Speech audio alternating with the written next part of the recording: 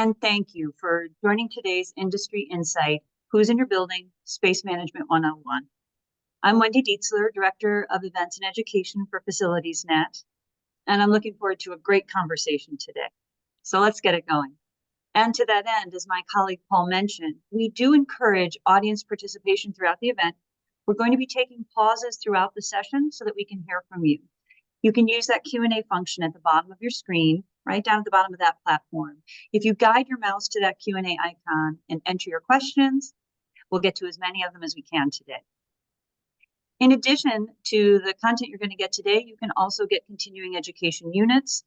Within the next day or so, you'll receive a link via email to a brief online assessment based upon the information shared here. Upon successful completion of that assessment, you'll get your CEU certificate. So let's get to our learning objectives. Just a quick recap of what we are going to cover and address. We're going to understand the challenges of shifting occupancies, plan for the future of space management, leverage technology for successful space management, and talk about how we can enhance collaboration and communication within this space management workplace. I want to give a special thank you to our sponsors today, Aptura and Salto. We really appreciate their support of this very important industry topic. It's front of mind for a lot of us, and we're going to have a real chance, thanks to their support, for a chance to dig in. So let's meet our panelists for today. Aaron Sevitz has more than 15 years of experience across public, private, and nonprofit businesses, including 10 years in thought leadership on workplace management and the built environment. Nikki Seidman leads Salto Systems' corporate, smart office, and co-working solutions business practice, with a focus on aligning Salto's innovative access control technology and hardware with the evolving needs of the North American co-working industry. So I'd like to welcome you both, Nikki and Aaron. Thank you so much for joining us today. Thank you. Looking forward to it. Hi, Wendy. Hello.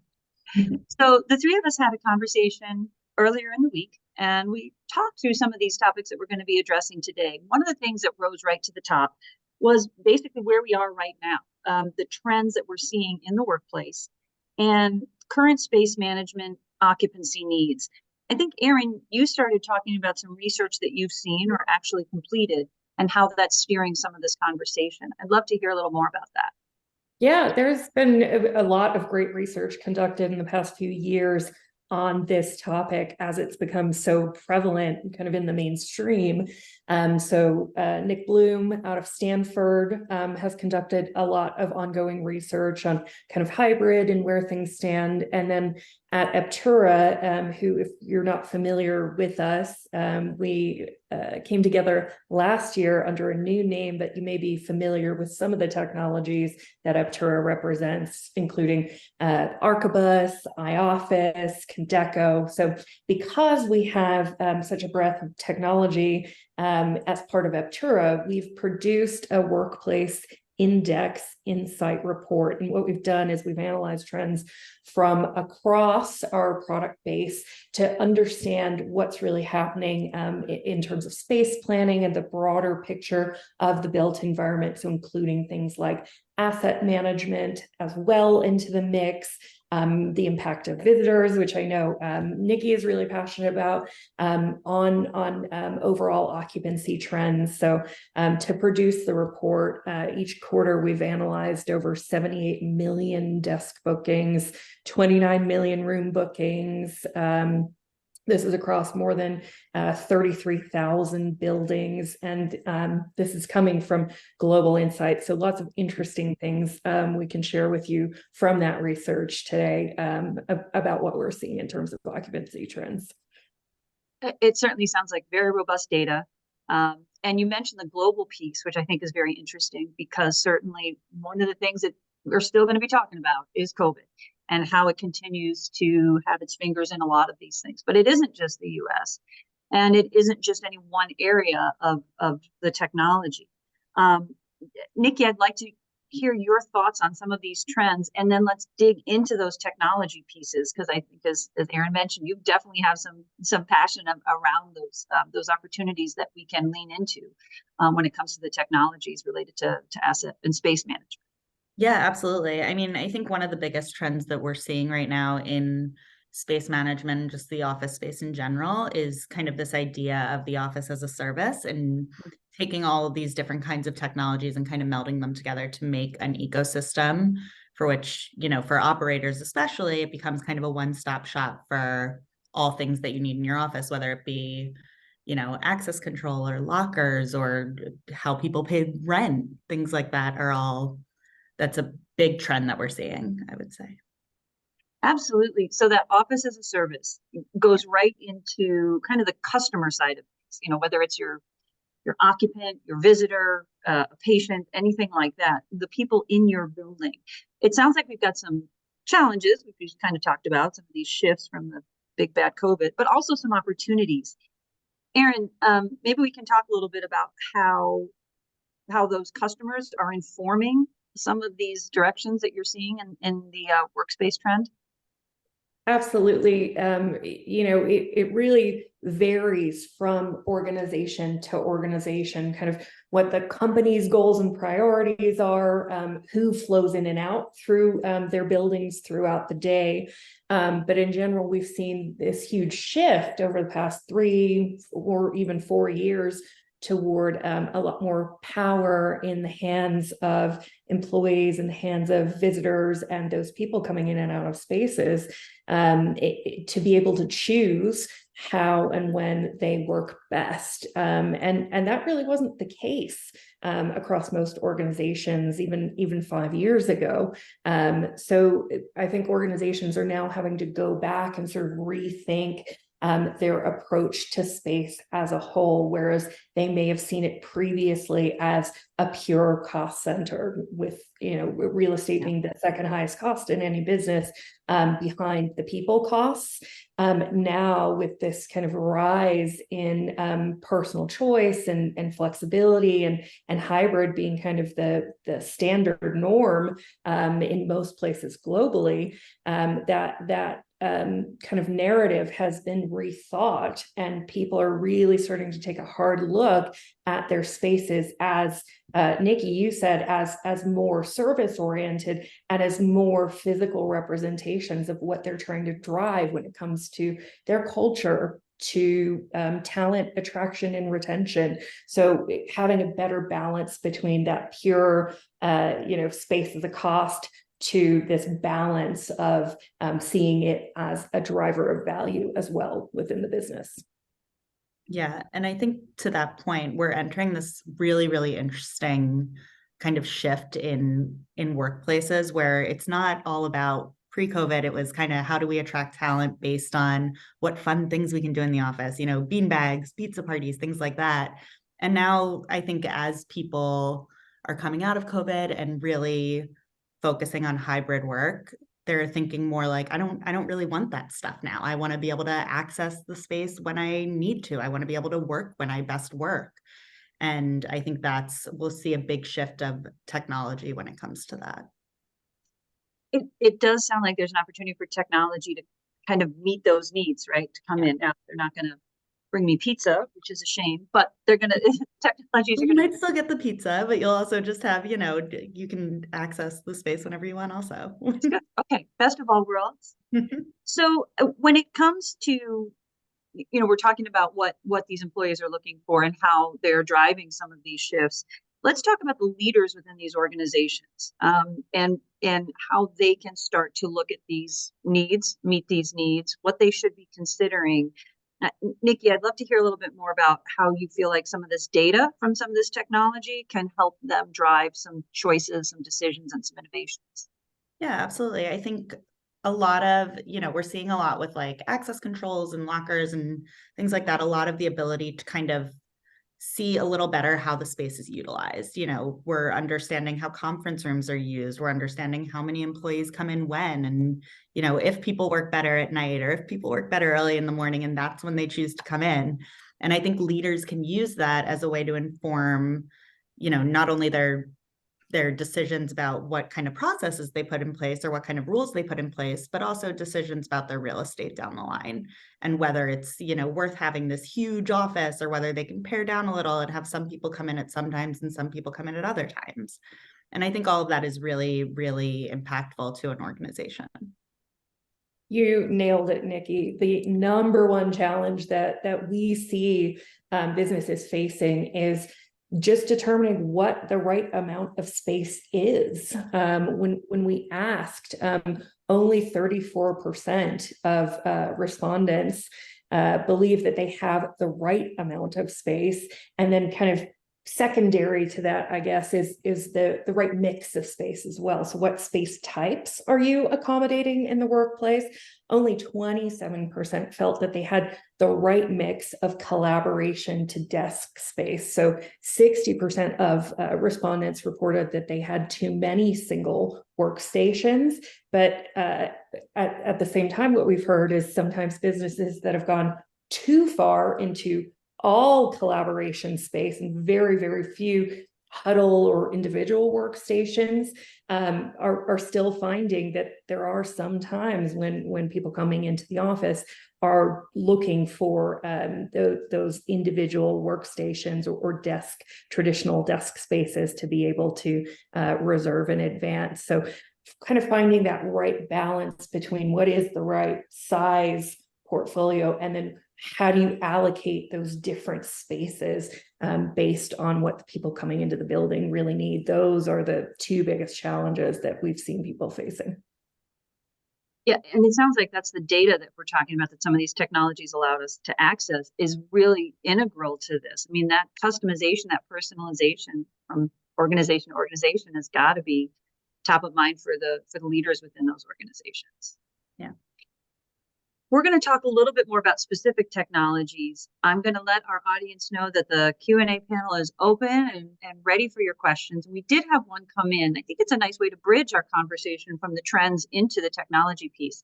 Chantel is wondering about bringing those employees to work when they want, giving them that access that is customized to their needs. How do we manage additional heating costs, ventilating costs, lighting costs, things like that? How can our technologies help us address and support that accessibility? I'll throw it up and let somebody take the tip. Automation is really a key factor when it comes to looking at how you're optimizing efficiency within your spaces according to the usage that you're seeing. So we also asked what kind of things people were looking at within their buildings when it came to automation. The top by far was automated lighting controls. So that seems pretty straightforward. If you have a lighting sensor that can turn things off when people leave the space. And then that was followed up by security system automation, which could include access control. And then, of course, heating and cooling, massive costs there. So any ability to customize or kind of shut off depending on what the usage looks like are the main ways. But there's still a lot of area for optimization. When we asked, only 11% of organizations were automating when it came to cleaning.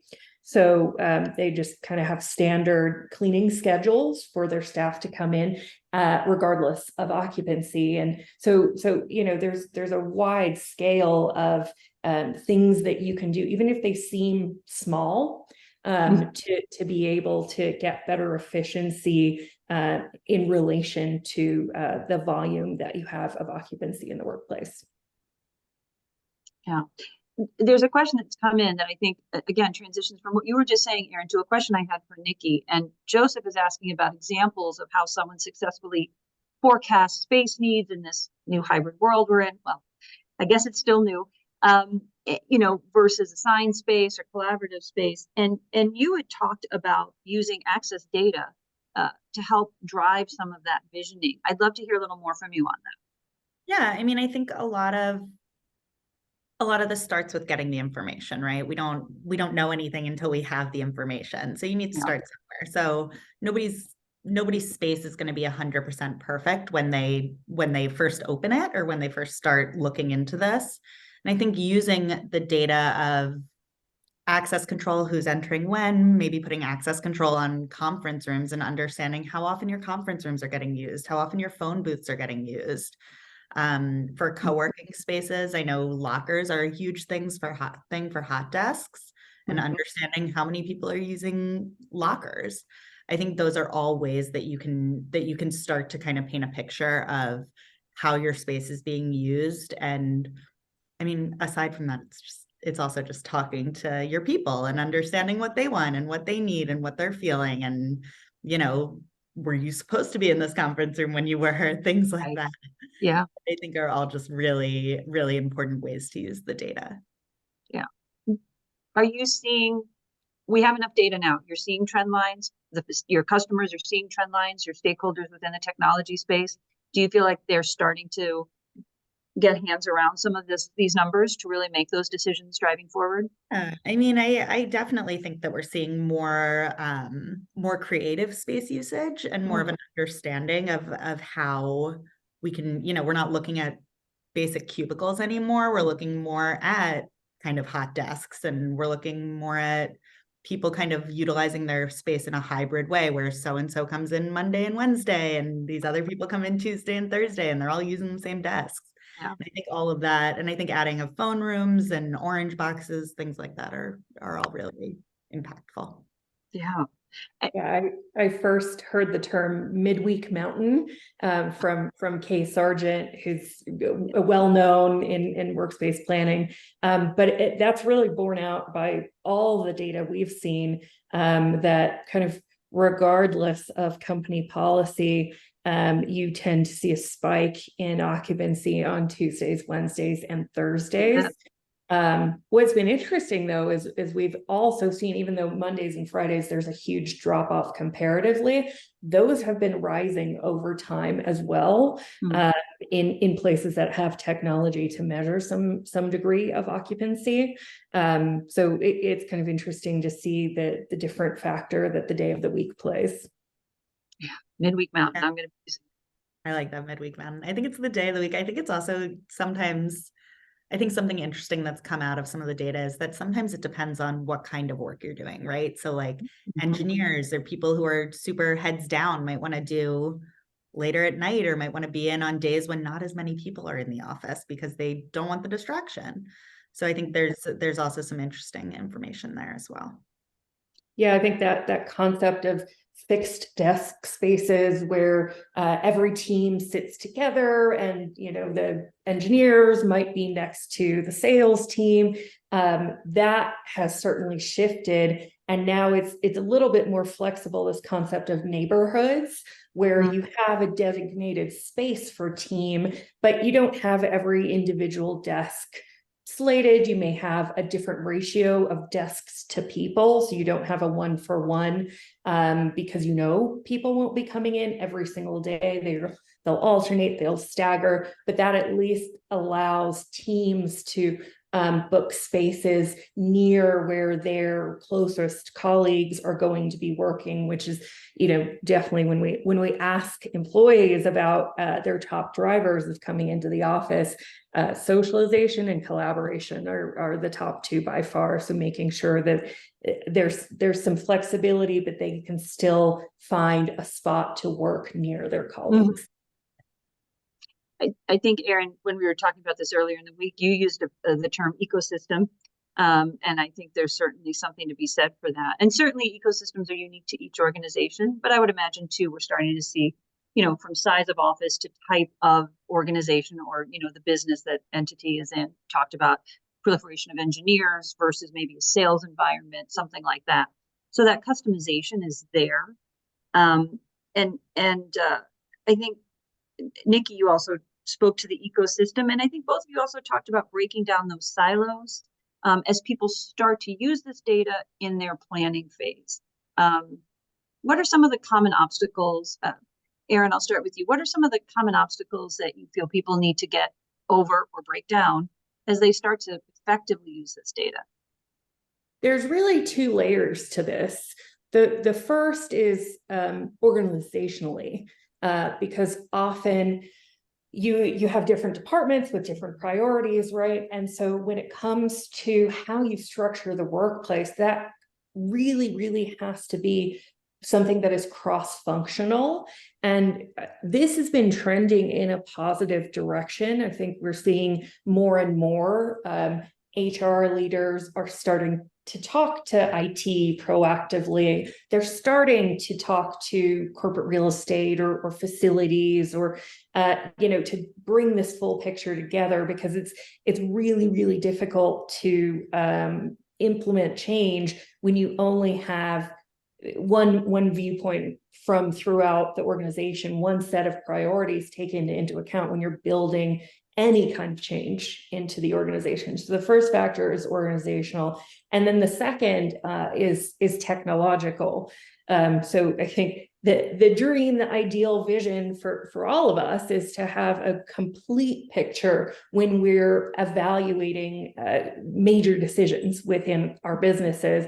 And when that applies to the space planning element, you have to be able to bring in and integrate various systems. So taking that really great access control data that you may have from people entering spaces, but also combining that with other factors. Are you looking at space bookings or check-ins? Are you incorporating data from the car park? Maybe you've got Wi-Fi location tracking, some of those other factors together to get a more detailed picture of occupancy. And then the next step to the technological silo breakdown is making sure that you integrate beyond that into other systems used within the organization, whether that's your HRIS tools or your ERP systems. So that's kind of a two-layered approach to breaking down silos. Yeah. Nikki, when we talked about some of the obstacles to move over, we've got a question that I think might be a good follow-up, and I'd love to hear from you on this issue. And it's from Marilyn.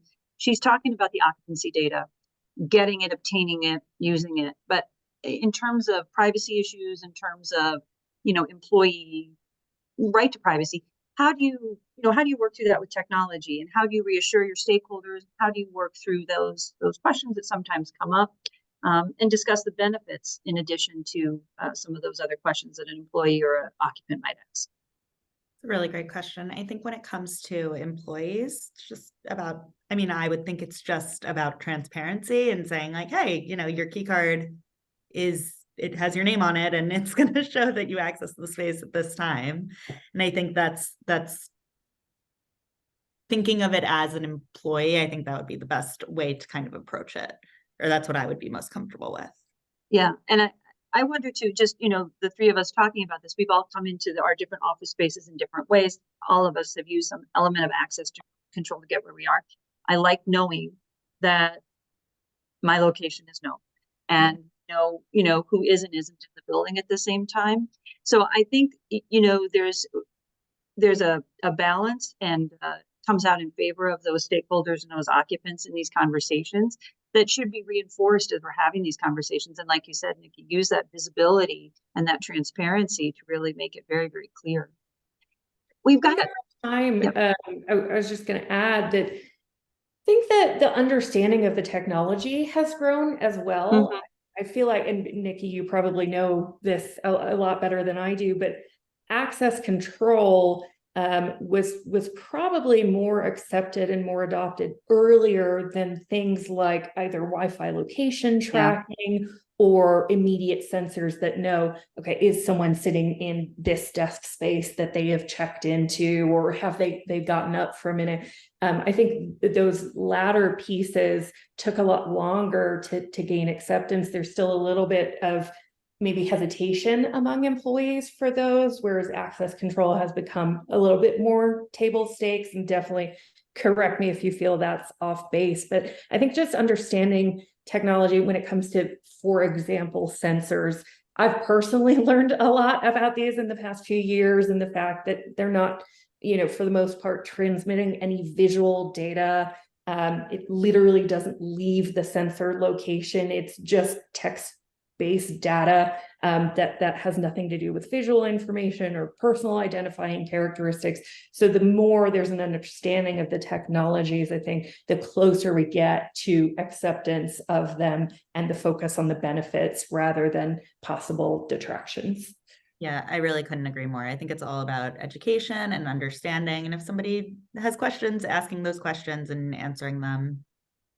And that's the only way people are going to get comfortable with certain technologies, especially technologies that they feel like are tracking them in some way. It leads to another part of our conversation that we had earlier. And I'll mention we have a few questions that we are going to get to, I promise. But Nikki, you just teed it up perfectly for the next question to you. And that's, we're talking about the buy-in and the participation. And you had specifically spoken to the need for, or the expectation for training, but also those generational considerations. I'd love to hear your feedback on that, because I think that really closes the loop on this part of our conversation. Yeah, I mean, I think what we were talking about earlier this week is kind of, you have all of these different generations, and there's millennials who kind of grew up with technology and really understand this kind of shift in technology and have seen it go through so many iterations. And I think they tend to be the people that are most comfortable with certain technologies. But then just more broadly, and when you think about the workspace, you go from, these kind of older generation, not old, but older generations who are used to waking up every morning and, putting on their tie and going into work and sitting in an office all day. And I think we're seeing such a shift in that, and seeing I think the people that work from home more are always going to be people who are more comfortable with technology and people who are more comfortable going back and forth, and know that, just because you bring your laptop home or you bring it there or you bring it here doesn't mean that anything is happening to the things that you're doing at work, if that makes sense. Yeah.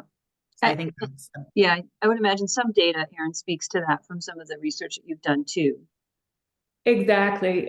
We were curious about whether the generational gaps affect in any way that the types of spaces that people are using when they're coming into officers. So when you ask most space planners or other operational leaders what types of spaces they need, again, the highest reported is collaboration stations or spaces versus individual desks. But when we ask employees, the top places that are in demand are both meeting rooms and then private spaces. So whether that's a pod or an area that's soundproof for phone calls. And then when we looked at it by demographic, Gen Z were the biggest users of non-desk spaces, whereas if you look at Gen X and older, they use non-desk spaces the least. And I think that goes back to what you were saying, Nikki, that Gen Z and to some extent millennials are, since they're mobile native, they're a lot more fluid, and so they use a greater range of spaces. And that's going to be really, really important, because as they become the dominant generation in the workforce, and as organizations are looking at their future space planning, we're definitely going to need to pay close attention to Gen Z and their preferences. Yeah, but I think it also, I mean, obviously we want to pay attention to whoever's the biggest, generation in the workspace, but I think it also goes back to having a mix of spaces, because you don't want to, I mean, it seems so silly to try and make people work in a way that they're not comfortable working, right? So like if Gen X and older generations beyond that need private space, then you want to have some private space for them, because that's how they work best. And that's important too. So I think it's having a mix of different kinds of spaces that really, really matters. Okay, so there's two questions that are really related to this, and one is more about building types. But I'd like to hear from both viewers or know your thoughts on this.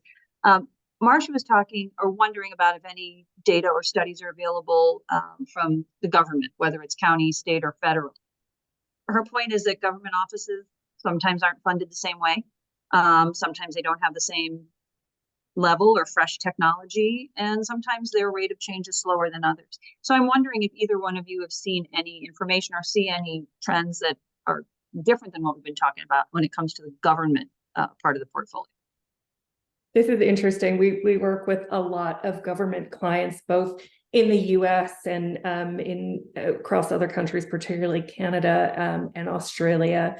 And I think it's funny to see because they're facing the exact same challenges as the private sector, but then with a whole host of additional challenges as well that are specific to government context. So potentially, more regulations to comply with, higher security standards to comply with. So all of the things that we've talked about to date sort of apply in the government or federal context, but with the addition of some of these other challenges.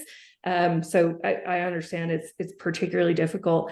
I think there was a report done by the Government Accountability Organization. I don't have the stats on hand, but they reported this year on the underutilization of space, particularly in the federal context. So it's definitely that same struggle of what is the right amount of space, and in the government context, you may be locked, either the owner of the space and or locked into long-term agreements for lease of space as well. And so really starting to pull in some of these metrics, even if you start slowly, to get that better understanding of occupancy can help make the case for, do you sell off some of the property or reduce the portfolio in other ways to get to a better utilization level. So now we're going to switch from a building type to just an overall trend. And then a question came in from Carolyn. And her question is, you are starting to hear, at least, from a headlines perspective, that there is a surge in a need to return to the office. Employers are mandating 1, 2 midweek mountain kind of days, something like that.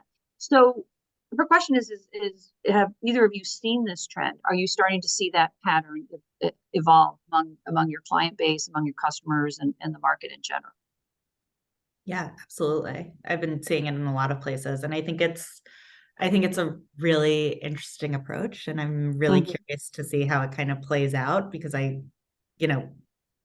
very personally, I don't think it's the best approach to force people into working a certain way or working certain hours. Or I think we've seen over the past few years that people work perfectly well when you treat them like adults and give them the autonomy to decide how they're going to work. And I think I'm just very interested to see how this kind of plays out over the next 2 years. Well, Carolyn references in a follow-up part of that question, the question, she talks about, that employee turnover that might result. She says it's evident when major requirements are enforced. Yeah. Erin, wondering, you think so as well? Same as you, Nikki. I think there's no universal truth when it comes to what is the right model for an organization. It's going to depend on what the business goals are, your industry, your geographical distribution of employees, tons of factors. There's no, unfortunately, sorry to disappoint the viewers on the call, but I don't think there's one single right answer to modeling out exactly what the right amount of space is, what the right policy is for hybrid or work from home. But the only truth that we've seen to be universal around all of this is that you've got to take employees into consideration when you're doing this, and flat out mandates do not work very well, particularly in the long term, when you see some of those consequences that you were mentioning, Nikki. Yeah, I've had a lot of people that I've spoken to who have, turned down job offers or left jobs because there's a 5-day office mandate or 4-day office mandate, and it doesn't fit with their lifestyle anymore. Mm-hmm. As we see some of these trends play out, and Erin, you had talked about there really isn't that one size fits all. You have to look at building type, function within, employee culture is huge. But a question did come in about any recommendations for any one element that would be a permanent? Is there a must somewhere? Is it one single office? Is it a collaborative space? Is it a meeting room? Just wondering if either of you have thoughts on start with this and then let everything else kind of come in through the feedback or not. I'm just curious about that. Trying to think like what I would want. What's like the one thing that would, and all that's coming to mind is coffee, but I know that's not Yeah. the kind of answer we're looking for. I think Well, that should be permanent across the board. You're absolutely right. I think that the main thing, again, and I know that this isn't the answer that you're looking for, I think the main thing is a mix of spaces and a way to let employees kind of work the way that they want to work with a mix of spaces. Exactly. Getting that employee feedback is the number one thing that you can do to ensure that whatever mix you're choosing is going to be successful. It's common. You're going to want to have some variation on a collaborative space, whether it's a traditional meeting room or some other space that allows for people to work together. You're going to need some variation of an individual space. And taking into consideration the typical things that we know are needed within those individual spaces. So sound privacy is big for those. If you're trying to do heads down work, it's very difficult and distracting. You don't have sound privacy for that. So collaborative space, individual space, and then some kind of social area. That came up hugely in the research that we've done, is that social spaces are one of the top drivers of people wanting to come into the office, regardless of seniority level within the organization. So even, senior level executives list socialization as one of the top reasons to come into the office. And so making sure you have some kind of area that encourages that. And you may think of that sometimes as synonymous with your collaboration spaces, but it's important to be intentional about providing some separation there. So there are collaborative spaces for work to happen, and then socialization spaces, whether it's just supplying the coffee, kind of the break room aspects, or place for other spontaneous types conversation of socialization spaces. Those three elements are going to be consistent pretty much across the board. And then from there to know, what the right mix is, what the right layout is, then that's when you can really take into account that feedback loop from the workforce.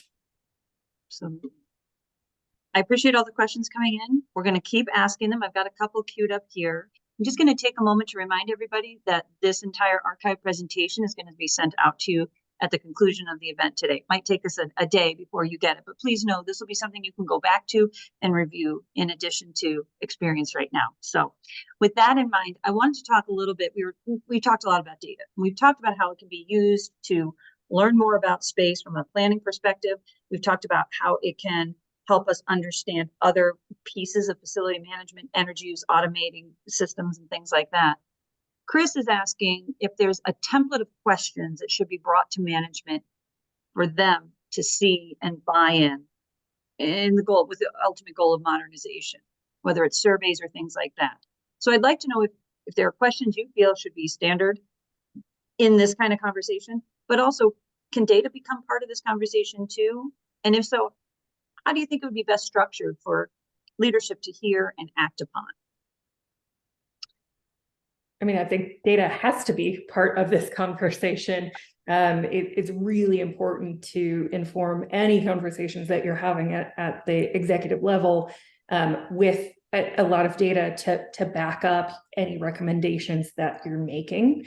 The good news is we have seen a big rise in having these types of conversations at the executive level. So I know it's been a pain point for facility managers for many, many years that they haven't always been able to get a seat at the executive table to raise some of these issues. And one of the good things that's happened in the past few years is that the profile of space management and facilities overall has been raised. And so these questions are being asked at the executive level. So when we asked operational leaders how frequently they're reporting to the C-suite on occupancy metrics, the most common responses that we got were monthly and quarterly. Almost no one is reporting even yearly or not at all on occupancy metrics. So if you have finally gained the attention of the C-suite, it's really important to show that you've done your due diligence by providing them with data and also providing them with the employee feedback that backs up whatever recommendation it is that you're making. I agree. And I think when it comes to, what kind of questions should you be asking employees, don't overthink it. How do you work best? Where do you work best? How many days would you ideally want to come into the office? I think asking these very basic questions about how people want to work is what's going to give you the most information. Yeah. So we talked a little bit about that too. Nobody's got the crystal ball. But we understand that hybrid work has made a massive impact on how we utilize office space asset, as an asset in general. And Richard is talking about the human side of this, and he's talking about employees not necessarily willing to relinquish the traditional office space. Maybe they're not there every week, maybe they're there once or twice a month, but this is their office and this is what they want to have whenever they want it. Just wondering how that conversation can happen now, maybe some technology examples that could help them maybe move into a different point of view on how their space is used.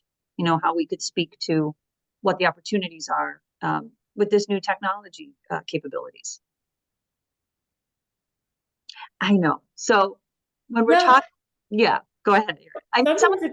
It's just about seeing the impact that they have on the organization. So having a reserved space, that's kind of a premium when you look at your cost per square foot or however you're measuring your space, right? Mm-hmm. You can literally assign a dollar amount to the cost of that desk, which is completely fine if it's really being used.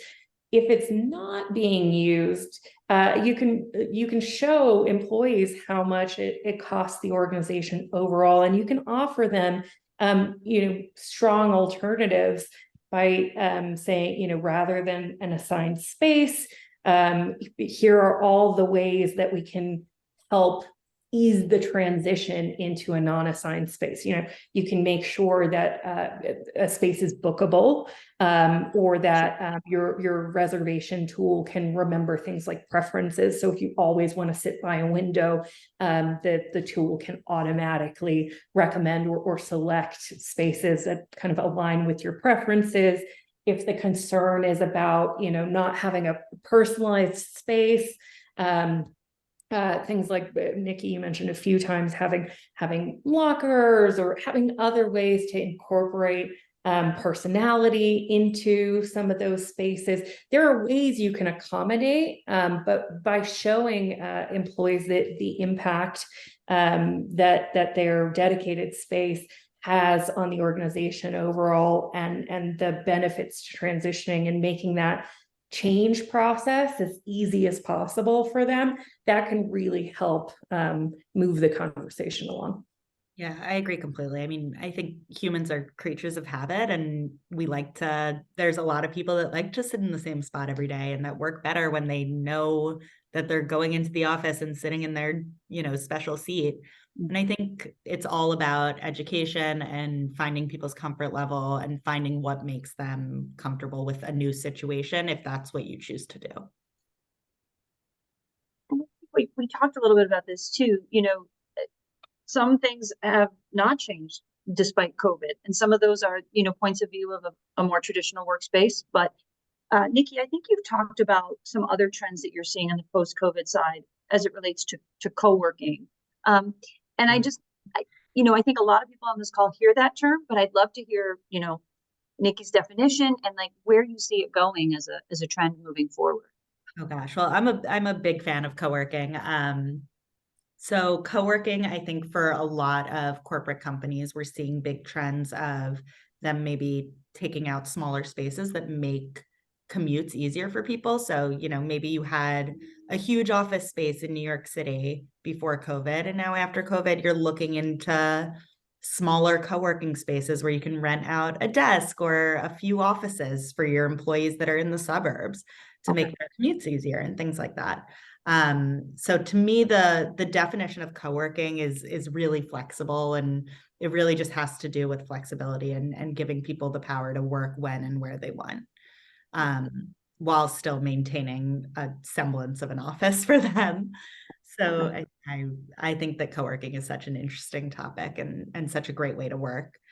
A big trend that we're seeing in co-working that I believe we were talking about earlier this week is about 61% of co-working revenue comes from hot desking, which is people just renting out a desk.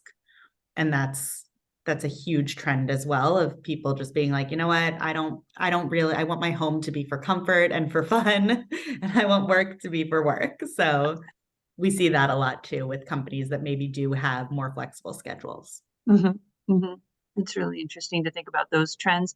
And, when we've also talked about that balance of remote versus in office, I think that's the phrase is remote. It's not necessarily at home in every instance. And Erin, are you feeling any shift in that, the stability of these numbers, or at least these trends for the time being, or is it still changing? Well, I mean, in terms of the co-working question, that's an interesting variable to add into the mix here. Not just from an employee, a choice perspective, a commuting perspective. I think this whole kind of micro city, microgrid trend where you're kind of looking at the 15-minute city, incorporates co-working really well, making sure you have all amenities in a small local area so that you're not having to do these massive commutes.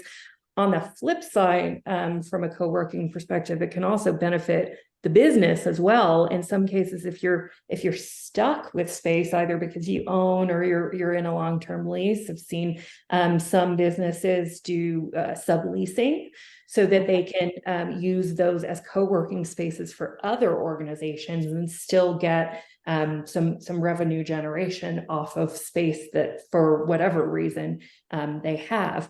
When it comes to overall space utilization across the board, we looked at trends, and this is really consistent whether you look at any different type of space, the bookings that are happening in those spaces, the reservations, and then also the check-ins or the ultimate usage of those spaces. We saw a big rise in Q3 and Q4 of 2022 in real increases there. The levels prior to that were somewhat low. But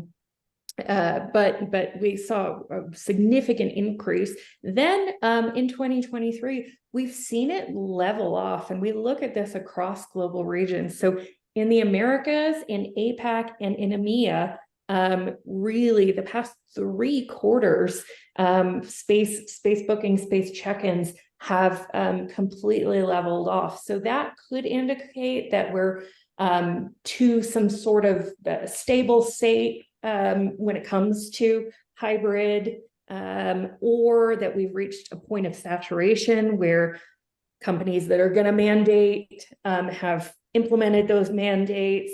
Other employees that may be on hybrid schedules have kind of set those schedules and are using space on a more consistent basis. So it's really been kind of flat in terms of the overall usage of space across the past really almost year now. It's so interesting also because I was at a conference earlier this year where they were talking about how in 2025 it's going to be the largest lease turnover that the United States has ever seen in terms of office real estate or commercial real estate. And I'm so curious to see how that kind of impacts, where are these people going to go? Are they going to renew their leases? Are they looking at this data now to understand whether they should renew their leases? Are they going to move to co-working? I think it's going to be so cool to see. For me, who is interested in it. For other Yeah, people, it might not be as cool to see. Absolutely. A lot of businesses I think, are planning at this stage to offload a lot of space when they get to that moment. And for many, it's going to be in 2025 when they get to that moment where they can offload space. Mhm. But we've also found businesses with that when they start looking at their occupancy data, it's challenged some of their assumptions, and that organizations have actually gone, in some cases, too far toward downsizing, and found that they actually can't accommodate people. If you have a seating ratio that's different than 1-to-1, and you ask everyone in the business to come in to a given office site, right? How do you accommodate all of those people? We've had customers tell us that they thought, by kind of walking around and doing site visits, they thought that their occupancy was pretty low. And when they looked at the actual data of what was happening, it turned out they actually needed the majority of that space, and it looked low because of how employees were sitting in different distributions. So it looked empty, it felt empty, but then when you saw how many people were actually in the building, it kind of painted a different picture. So making sure that you are starting now to take these things into account so you can get a better idea of, if you can downsize, fantastic. But how much is the right amount? Or, maybe you just find your distribution of sites needs to be different. And you downsize one large office and you make commutes better. You go into some co-working spaces, or you lease in other places instead. And I think it's really important to that point for operators to I just think it's so important for them to kind of be kind to themselves in this moment. We've had traditional office spaces for, since the beginning of time. It's been, hey, this employee gets a desk in the office and they're here from 9 to 5, and it's going to take some trial and error. You might overcorrect, you might undercorrect. It's not going to be an exact science, and we kind of are reinventing the wheel a little bit. There's so much pressure right now. So much pressure. The leadership is saying, what's the right answer? I need the formula for how much space we need. We know there's who knows? Employees are saying, Right. we don't want mandates, or we do want assigned spaces. We don't want assigned spaces. It's very, very difficult to be in this position at the moment. So yeah, definitely give yourself some grace as you go throughout this process. Gonna get it right away. It's Well, 'tis the season for grace, that's for sure. So, and this leads to a question.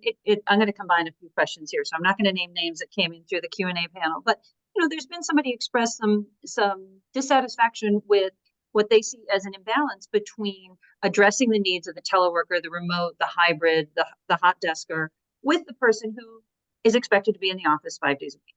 There is a sense that maybe there's not a balance there. But another question came in and said, are there some questions that FM should be asking the workforce?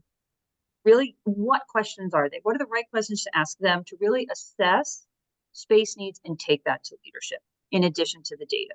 So I know that's a very far-flung question, but I'm going to go to Erin first and just say, let's talk a little bit about the balance between these various work identities, or personas, if you will. And then what should we be asking those personas so we have something to take to leadership and hopefully alleviate a little pressure in the process. Persona is a really interesting question, because I think this is used frequently in some other disciplines, but has started to play a huge role in facility and space management. Is starting to understand the different personas that are part of your workplace, and this includes both the workforce that you're trying to accommodate, your customers, essentially, right, your end users. And then also the other areas of the organization. So if you're in FM, corporate real estate, workspace planning, you now need to be speaking with certainly IT to implement some of the technology, maybe security teams, maybe HR, and working with those different personas is extremely different. They prioritize different things, they communicate in different ways. So you've got to kind of apply it both, laterally, I guess, and then also to the workforce.